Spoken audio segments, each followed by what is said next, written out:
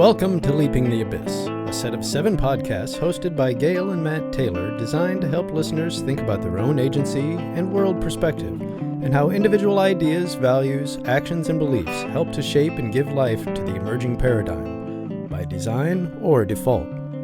Each of the 7 podcasts has a different interviewer, each familiar with the particular subject being explored. These roughly 30-minute interviews are more questions than answers, more nudging than perspective. For our 7th and final episode of Leaping the Abyss, Gail and Matt discuss Creating Scaffolding with Carolyn Buckloose. Well, now we get a chance to do episode 7, which is really exciting with both of you, Matt and Gail. And I know that in your previous episodes, you have really covered a whole range of topics, particularly inspired by many of the teachers who inspired you so that you can inspire all of us. And that one of the topics that has really threaded through your conversations is the topic of scaffolding and how important that is to actually enable the future that we hope for, which is never what we had before. Mm-hmm. And so the purpose really here of this episode is for us to get deeper into what actually do you mean by scaffolding? And as importantly, if I'm going to build a scaffold, how would I do that? You know, what are the actual tools that are available to us now as we try to build the scaffolding for what is certainly an uncertain but exciting future? So that's the purpose really of this conversation. I'm really excited and looking forward to it. So let's go deeper onto that. What is it? What really is scaffolding for you? And what are the tools that create the kind of scaffolding that'll bring us to the future? I'll begin. Yes. I'm a student of Stuart Kaufman's, and I still have a lot to learn from him, but I like how he changes concepts and words. And so he's taken the word cause, what we cause to happen. And he says, that's a Newtonian physics way of thinking about it, a linear way. This happens, and then this happens, and then we cause something to happen. And he says, it's more about enabling. And if you change that word from cause to what does this enable, you get a much different answer, and you get an open-ended answer that invites a person into the conversation. And so in a way, scaffolding is this. It's something that enables something else to happen. And nature uses scaffolding all the time in terms of how it balances and counterbalances itself. And so that idea really intrigued me. Mm-hmm. And when I read Out of Control by Kevin Kelly in 1994, he showed how nature created scaffolds in order to be able to enable something else to happen. And this is a story about an island which lost all of its trees. And losing its trees meant that it lost its birds, and losing its birds meant it lost something else. And so suddenly this island had no way of thriving, had no way of gaining its strength. And so this person who saw this happening said, I can't regrow the trees that were on this island because they take way too long. So what is a scaffolding tree, or some way of creating an opportunity to grow something much faster, which could restore the island? And so he found a tree similar in its growth, but it grew much, much faster. And that enabled these birds to come back, which enabled other things to happen. And suddenly this island again was thriving. And so, and the long growing trees were able to take their time, as nature does, and grow, while the trees that were scaffolding died out. And so what happened is it was an interim step towards something greater. And when I read that, I thought, that's what we do in our processes. We create scaffolding. That's what a design shop is. It's a scaffolding. It's a way for people to grab hold of an idea, to say, how can I get started on something that's going to enable me to realize my vision, or learn a new task or something like this. And so I've been using scaffolding since the late 90s as a way of, that's on my mind always. What is this tool for? What does it enable me to do? I may never use the tool again after I have reached a new goal or done something, but it has enabled me to get a foothold. And I think we often get really lost in, where do I begin? And if we thought about, what's a beginning point? What's a foothold that I could get? What are some steps I could take that enable me to see myself in 10 years, or learn how to collaborate with others, or almost any serious question. You know what I love about the story, Gail, of the fast-growing trees versus the slow-growing trees. Scaffolding, for me, also alerts me to something new can be built. Yes. Yeah. So it doesn't tell me the outcome, but it tells me there's a possibility here. So there's a naming of the way. That's exactly right. That is it ignites the imagination of what could be without necessarily knowing what will be. Yes, that's a beautiful way of putting it. Matt, why don't you jump in here? Yeah, the nature, of course, we've learned, and sometimes the hard way, is a very complex and integrated system. And you pull one thing out, you kill the wolves, and the buffalo destroy the ground, and the whole ecology gets disrupted. You put the wolves back, and suddenly many other grasses and trees and animals then show up. You bring beavers back. Early when the people from Europe came here, they hunted the beavers for the pelt, and they took the beavers out of the waters, and they thought the beavers were interfering by building these dams. And it turned out when the beavers were gone, basically the thing the ecosystem almost totally fell apart. Collapse. Put them back, and very quickly everything starts happening. And in the scaffolding, for me, has also a more physical connotation, because building a lot, you can't just build a complex building and have it support itself all the way up. So you have scaffolding for two purposes. You have scaffolding to hold it in place while it is vulnerable, and you also have a scaffolding to enable people to get high and build the building. There's a famous art environment building in New York City that, as an example, they had tremendous work that they had to do underneath because the subways and everything were in the way. So they had to move. They had actually years of work to do underneath. And they said, well, if we do 2 or 3 years of work and then get the ground back and then start building the building, we won't have the building except for 4 years from now. So they just started building the building. It's built on scaffolding, and they just kept building the building up while all the work was done underneath, and then they put the foundation in. Mm-hmm. And they built it in 2 years, doing 2 years work twice in 2 different parts of the system. And I think that concepts and words are very, very important. So in our environments, if you look at the environments with the books and the models and the walls to write on, and what environment are you talking about? Our environments where we do our processes in,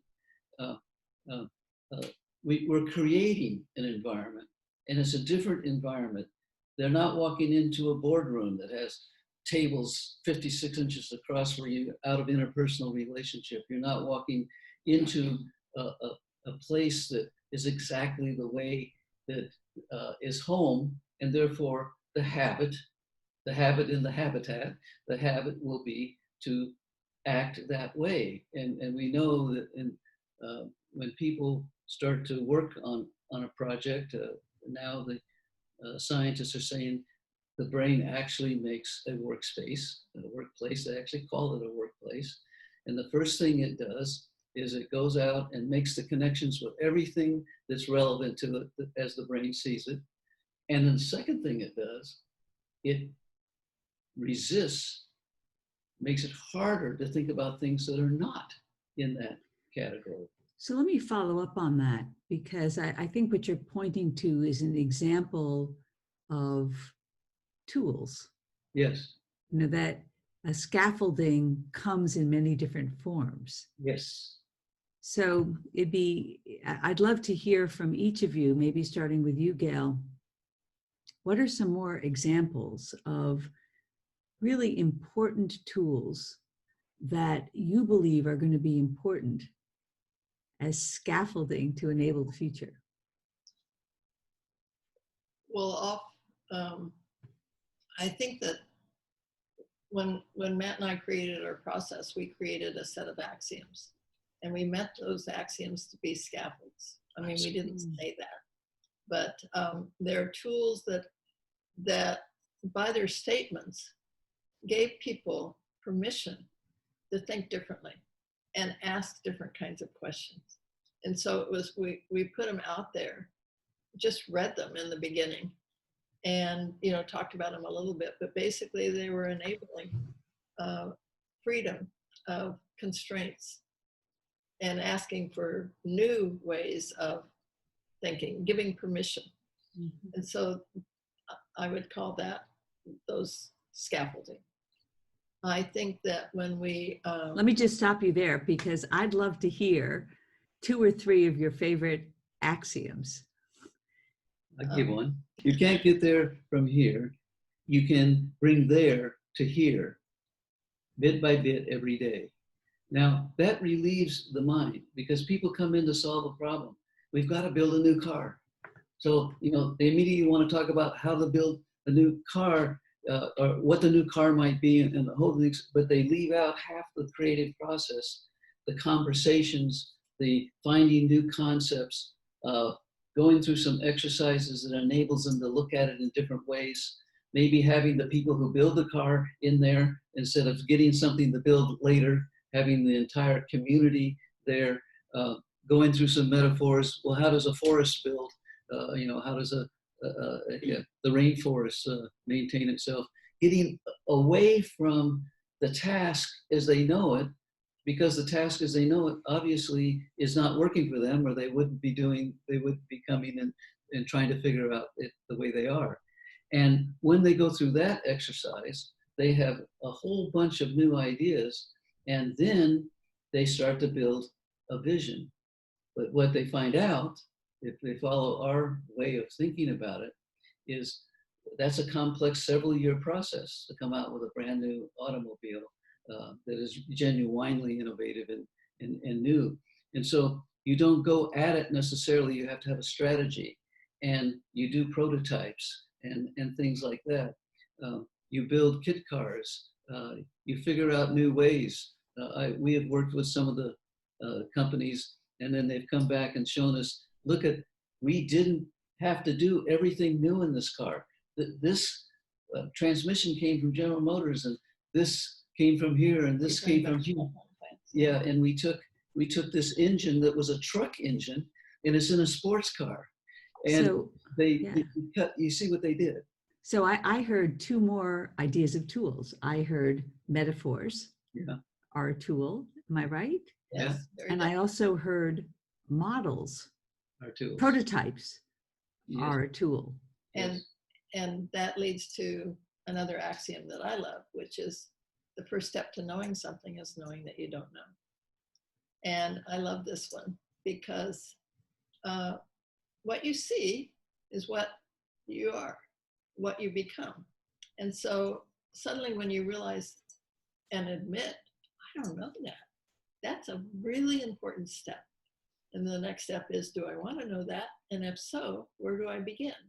And that beginning point starts framing your scaffolding in terms of what are the tools, where am I going to go, how do I want to learn this? And so you begin to build, or I would begin to build something. And in that questioning and deciding, this is something I want to know more about, you suddenly see it everywhere. It's suddenly now in the newspapers. It's in your readings. It's in the dinner conversations. And you go, where did that come from? But it's the first step to knowing something, is knowing that it's out there and present in the universe. And then you decide, what are the tools I'm going to choose to get more familiar with this? And people would call them tools. To me, it's a scaffolding. It's a process, not a single tool, not a answer, but it's a process to knowing more. And as you said earlier, it's not an answer. It's a way of weighing and considering different ideas that work for me. In terms of it may not work for Matt, but for me, it's the way I'm going to progress and learn my art, or the craft, the new answer that that I have now. Now I'm aware of it, and I can slowly. Yeah, and if you come into a group of people from sometimes competitors, sometimes in different divisions of a very large organization, sometimes in an organization which is so hierarchy that it's only formal information that flows up and down, and they're going to take on a complex task, you have to create an environment where all the different cognitive skills are allowed, encouraged, facilitated to come out, and not be just driven down by prejudice or, who are you to tell me that, or things like that. So that environment. But another famous, to me, and fun one of the statements was creativity, Axioms. Creativity is the elimination of options. And we tell the story of this piece of stone that hung around for years and years and years and years, but it had a hole in it, and no one knew what to do with this lovely piece of stone that had been, quote, ruined, marble.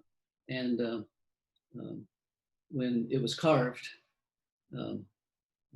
that became David, his arm, and Michelangelo carved it.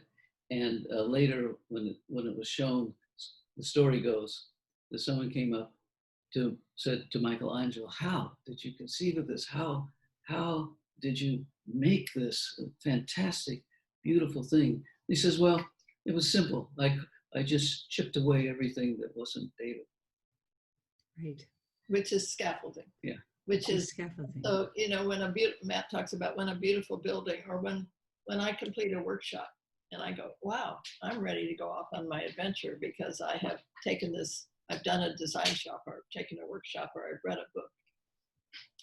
Now I have my enabling process, but I can stand back in hindsight or along the way and going, is this scaffolding holding up for me? Is it enabling me to go further with my thoughts, to reach higher, to go deeper, which is so important, because today we're going into a world that we've never been in before. And we're developing processes that are much more enabling for we the people to participate in this future, rather than leaving it up to a few mostly male figures in today's world to design our future. And so we as citizens need scaffolding. We need these tools so that we can, for the first time in many ways, I mean, there have been definitely people I mean, what else has really created the future but individuals in different ways? But now, in mass, it's up for us. Well, it certainly is. And first of all, I want everyone to know what a student I have been of your work, and how it has shaped my life in having participated in many design shops, bought many design shops as a customer, led many design shops as a facilitator, and then really took the scaffolding I learned from environment, from models, from metaphors, from prototypes, from axioms, and continue to use it in my work. And I'll just give you an example of that. You talk about the future.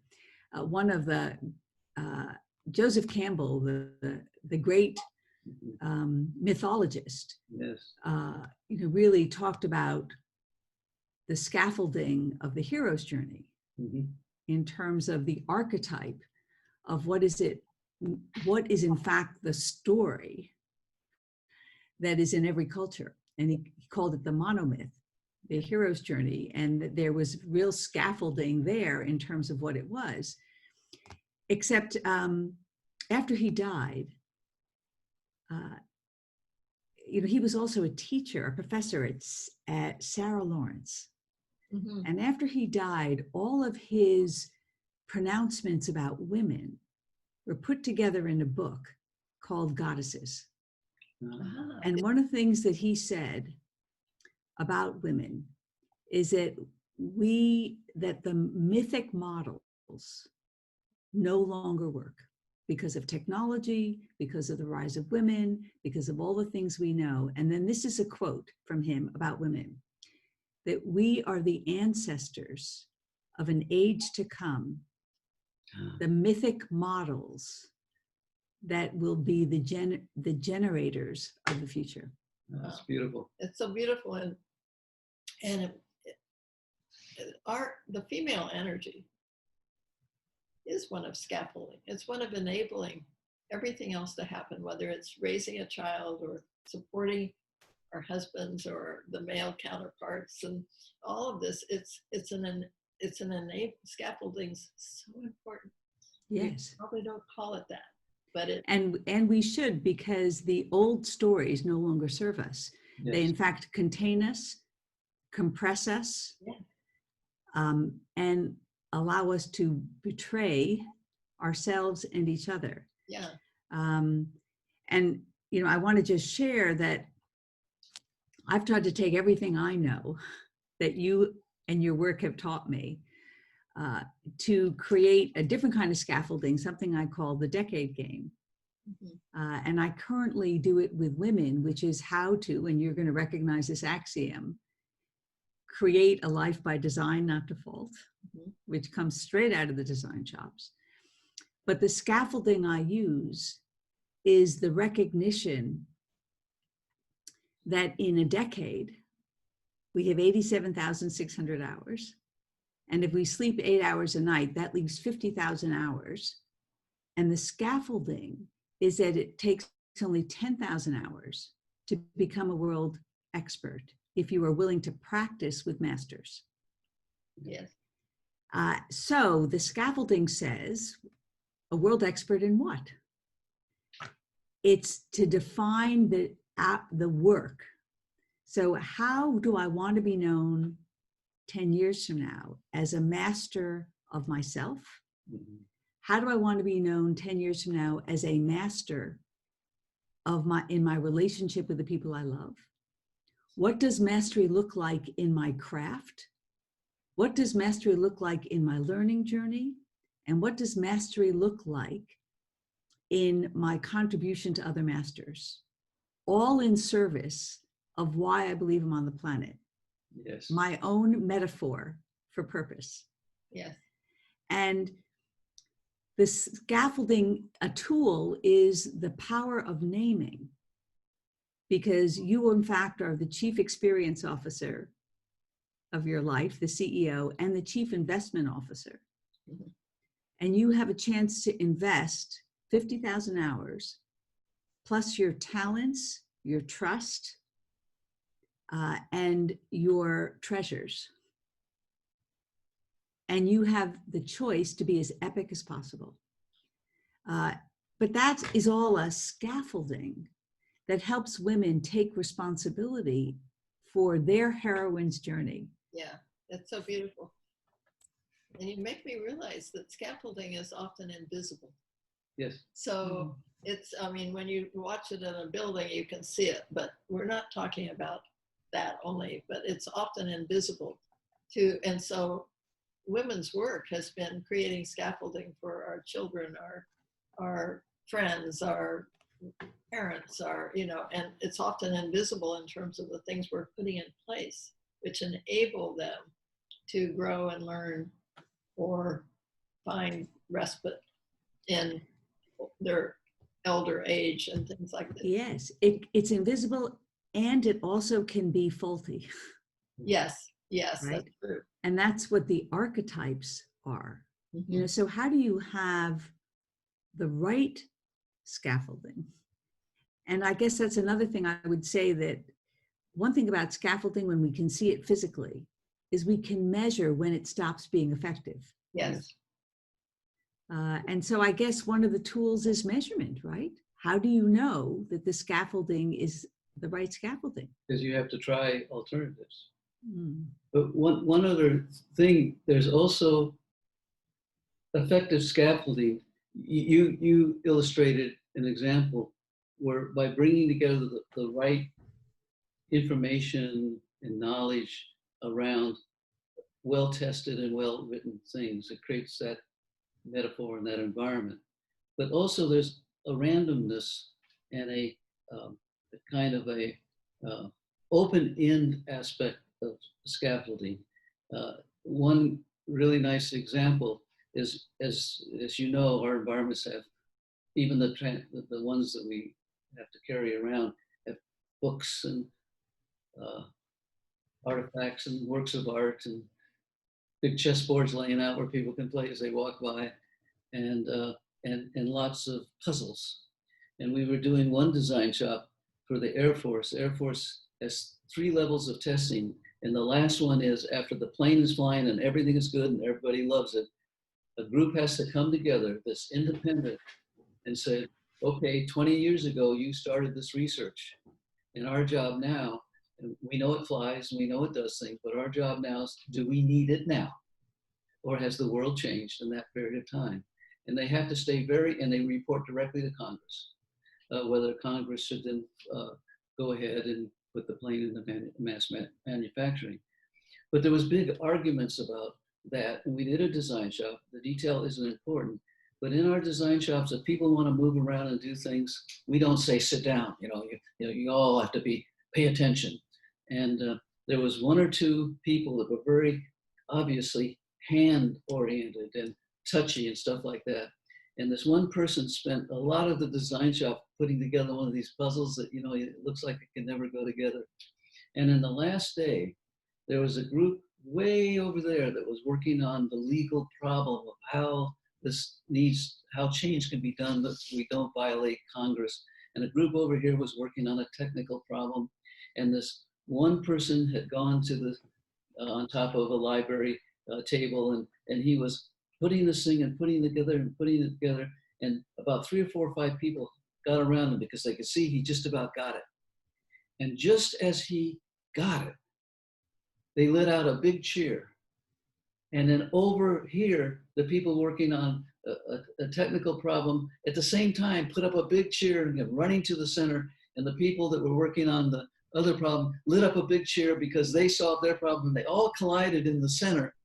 And there was the field. There was the sense of everyone working but differently.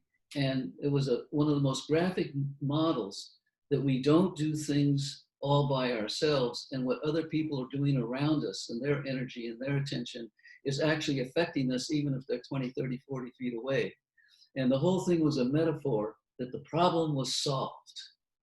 I always look at that as a scaffolding thing, but a scaffolding that was not, we didn't do that intentionally.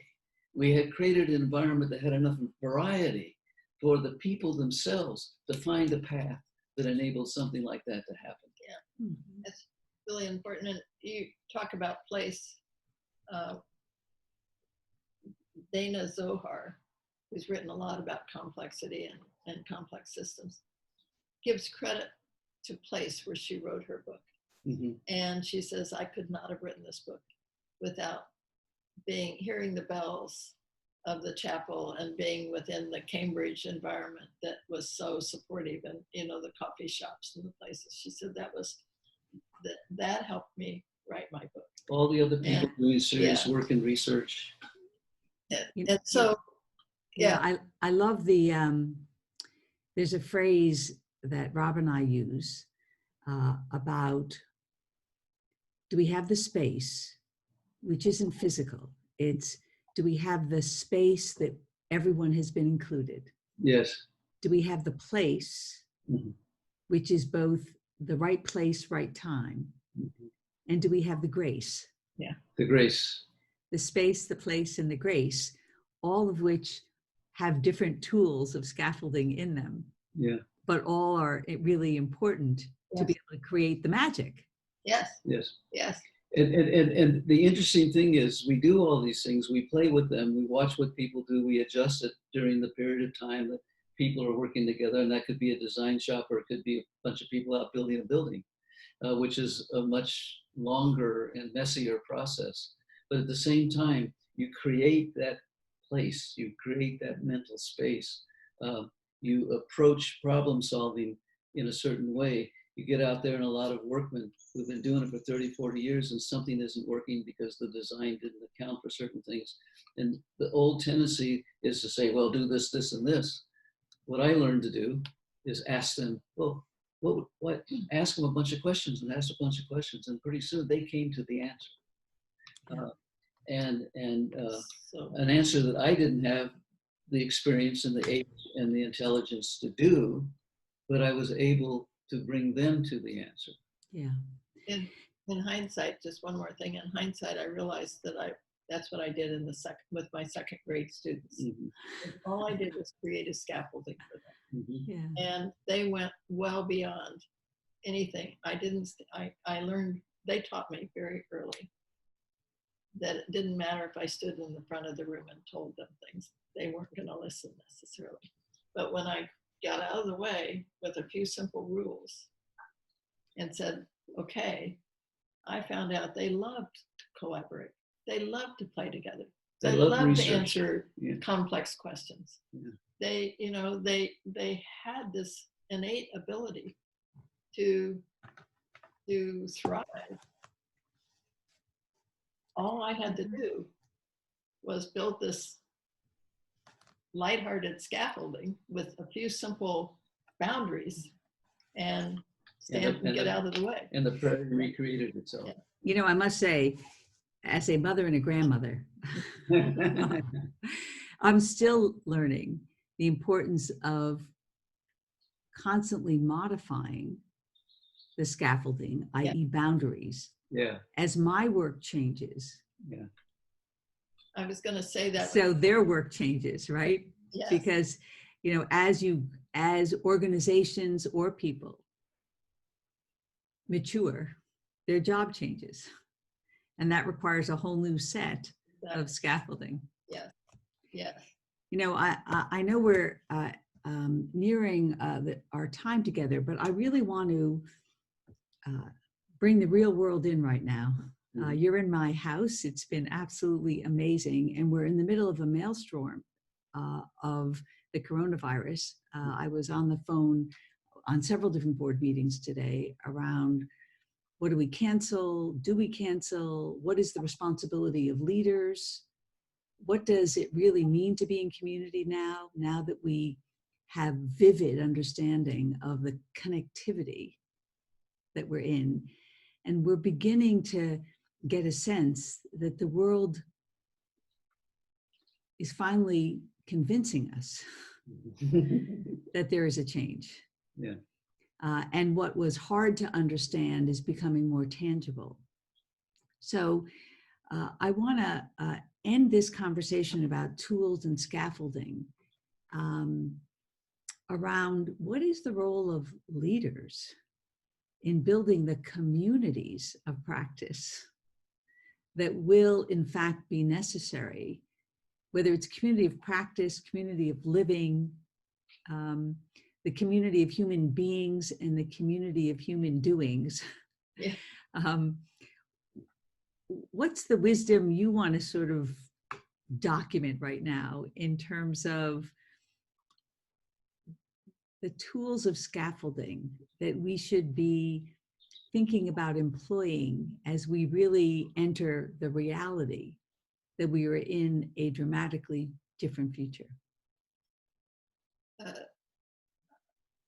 I'm sure there are many, many different thoughts on this, but to me, this is a period of time challenging us to move forward carefully, and that we have been rushing to keep the system as it is or change the system dramatically, but we haven't really been paying attention to what is how do we grow a new economy? How do we grow a new society? How do we change the operating system in which all humans matter?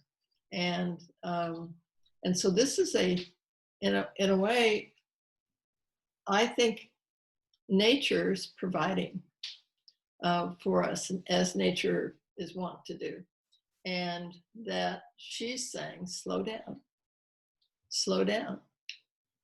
be aware of what is happening, and it's giving us an opportunity to see that in every crisis there is opportunity. Yeah.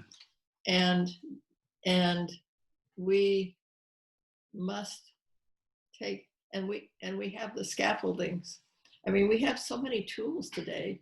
Think if we'd done this, if it had happened to us 10 years ago or 15 years ago, the lack of tools that we have in our environment today that can help us still come together in remarkable ways, still, touch each other with our feelings and our senses and our experiences, and create metaphors and do design work that help us find our way out of this in a healthier way and end up healthier than before. And so it's, if we pay more attention, if we saw ourselves as part of nature, rather than standing on top and saying, we'll control nature, we'll do these kinds of things, it's letting us know we're not in control, but there's real opportunities here to be learning from nature your next steps and how to find your way out of it. Yeah, thank you. The engineer in me answers your question like an engineer, and the two are very compatible. Number one, be an exemplar. Not a dictator, not a ruler, not a... For the leader. Yeah. Or, Yeah, we're talking about the leader. Yeah. Number two, be an excellent meta designer. The meta issue, to be able to design, the old etymology is to mark out. So design enough to mark out the field and sort of more or less what's in and out in the broad sense. Third, create the space that you've talked about, whatever it is. I don't care if it's in the forest or whatever. You create the space, physical and the psychological space. Free the team. And that team should have skill sets and interests that cover that meta area. And they work together as equals, not some kind of, well, I'll design it and you figure out how it works and you build it. And third, support that team, bring them resources, bring them encouragement, and do everything you can to create the environment that they can do their work and release their own genius. And that's how we will get complex problems turned into wonderful opportunities. and just one final comment. We're learning that experts don't have all the answers. And I'm working so diligently on we the people, that we ordinary people can rise to extraordinary means by working together in conversations, by what we call sapiential leadership, which is a tool of knowing that no one person has all. We used to think the leader had all the answers, and the leader was the know-all. Today we're learning that each of us has a piece of the answer, and at any given time, I can step up and say, "I'll take this piece. This is mine to share with the others," and so that we're changing our whole concept of what leadership is and what answers are. As we become a process, as we understand process and that we're all process and working in process, we begin to change the rigid hold we had on control and making things work. Yes, that was also a very masculine archetype. Before. I guess I want to close with just this thought. Rob and I recently did a design shop around changing the conversation on cancer. Mm-hmm. And changing it from a war on cancer Mm-hmm. and the medical industrial complex that's been created in that to, well, we didn't know what. That was what the design shop was. And we ended up with what the two was, which number one was a context that the meta disease is in cancer. The meta disease, as you say, Matt, what's the meta? The meta disease is isolation. Mm-hmm. And the shift is to community.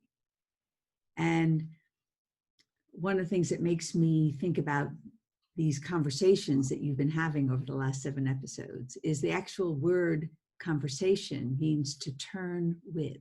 Yes. Yeah. Nice. And the word community means to come into unity. Yes. And the right conversations create community, and the right community deepens the conversation.